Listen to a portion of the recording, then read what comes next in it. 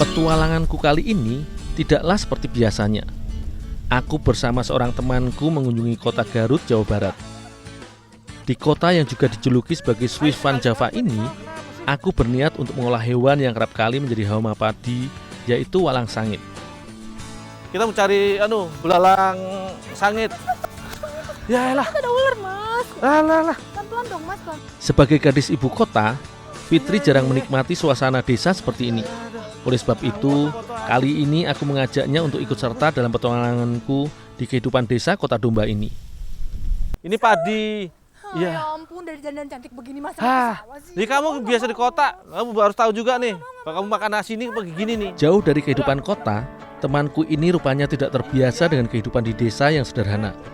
Walaupun enggan, aku tetap bersikeras untuk mengajaknya mengenal suasana alam yang asri seperti ini, yang tidak bisa dinikmati setiap hari di ibu kota. Ayolah, ayo.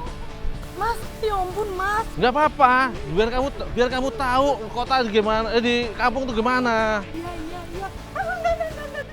Ayo tuh, itu tuh.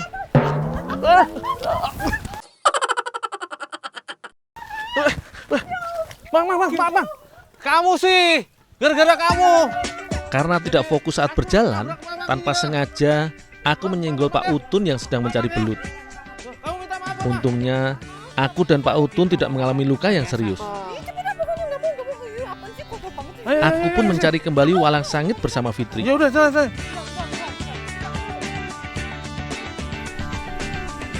Serangga yang juga disebut sebagai kungkang dalam bahasa Sunda ini biasanya akan muncul ketika padi sudah mulai berbuah.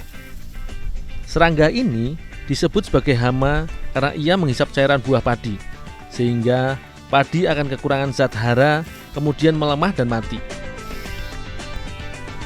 Serangga yang merupakan keluarga kepik sejati ini dinamakan sebagai walang sangit karena aroma tubuhnya yang bau atau sangit saat kita menghirup di sekitarnya.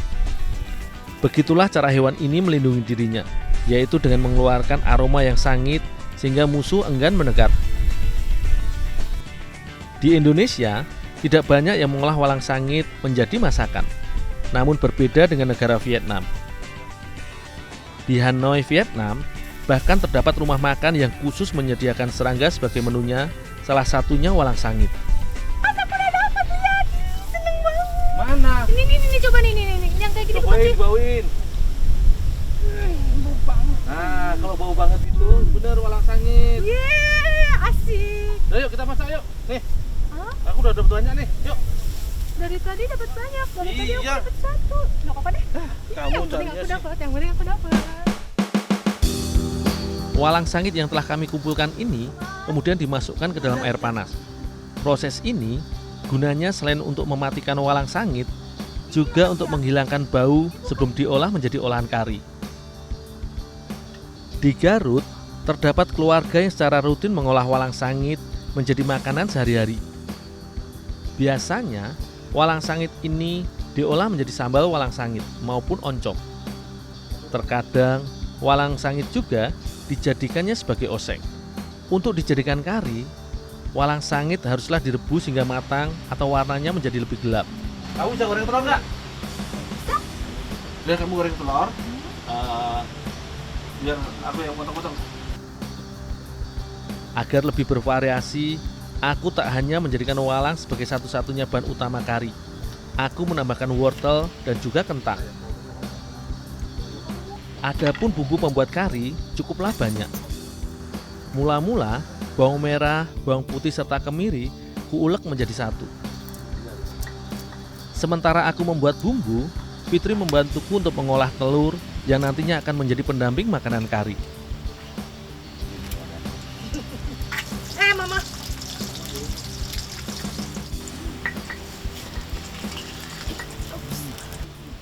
Mas, lihat telurnya udah jadi nih. Ya elah, nggak gitu, Pit. Wah, Itu kan bahan-bahannya udah tak siapin. Itu model di dadar itu loh. oh iya. Itu kamu ceplok gosong lagi. Akibat jarang memasak, Fitri pun salah memasak telur. Karena akan disajikan sebagai makanan pendamping kari, maka telur diolah agak tebal. menggunakan beberapa telur dan dikocok. Tidak lupa diberi garam secukupnya dan daun bawang untuk menambah cita rasa.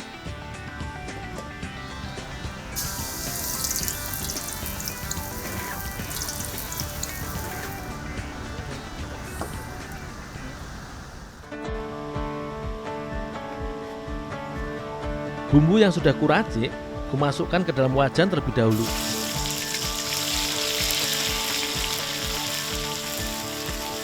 Setelah dirasa sudah matang, aku pun mencampurkan walang.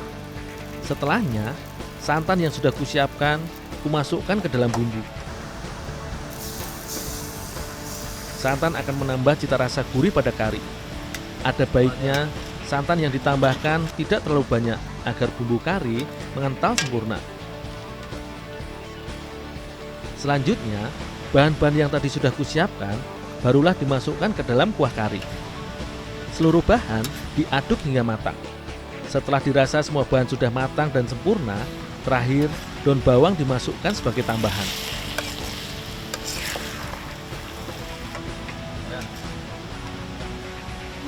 Pit, telurnya bawa sini, Pit. Ya.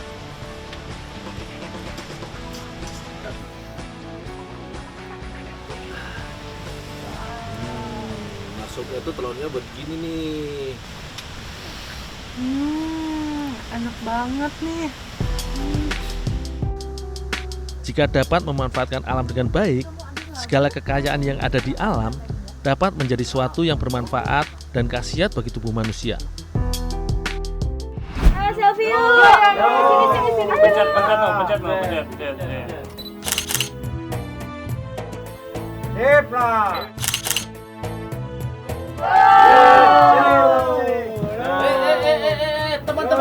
Teman-teman. Iya. Kalian sudah benar, sudah pakai masker. Tapi ya jaga jarak juga toh. Ikuti anjuran pemerintah. Yuk jaga jarak. Yuk jaga jarak minimal 1 meter. Ya, jaga jarak. Ya, selang-seling. Nah, gitu dong. Ya. Nah, teman-teman semua, di masa pandemi COVID-19 ini, ayo kita ikuti anjuran pemerintah. Cuci tangan, pakai masker, dan jangan lupa jaga jarak.